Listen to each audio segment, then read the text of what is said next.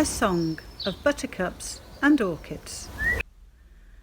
Our garden at Well House has opened for over 10 years, and in that time has been widely acclaimed for its imaginative landscaping and variety of style and planting.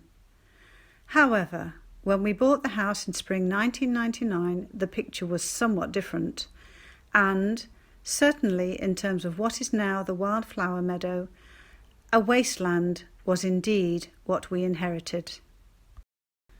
The garden has been a work in progress since the year 2000, when the project began by laying drainage, finalising the design and establishing the shelter belt. In the bottom plot, as it was known then, clearing commenced in the autumn of 2001, with diggers and earth movers starting the landscaping. Within a year or two, the scars had healed. The plot grassed over and the first signs of life began to emerge.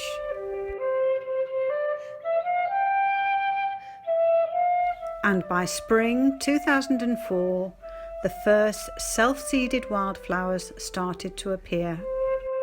By maintaining a careful mowing regime, the meadow has returned to something closer to what nature intended, with annual flowering entirely down to the climate and the season.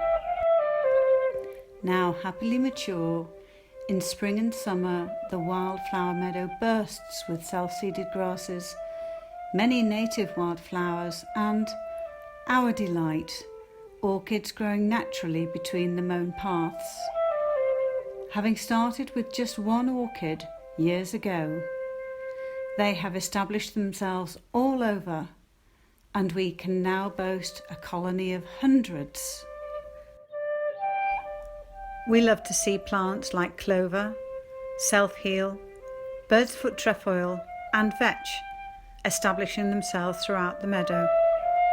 These have all germinated naturally, but carefully timed mowing, or not mowing, then cutting again helps them to thrive. Yellow rattle seed was gifted to us and sown a few years ago. Each year thereafter it has increased through collecting and resowing. The yellow rattle knocks back the natural grasses, which then allows more flowering to occur.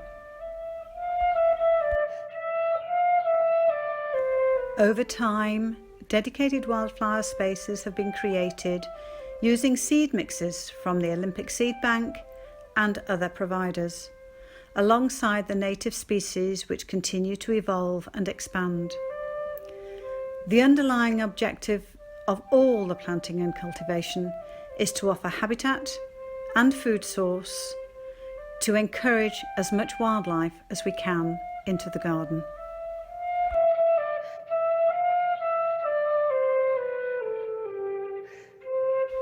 So, in the space of just 20 years, the meadow has transformed from a wasteland into a delight of buttercups and orchids, which we love. We hope you enjoy our song.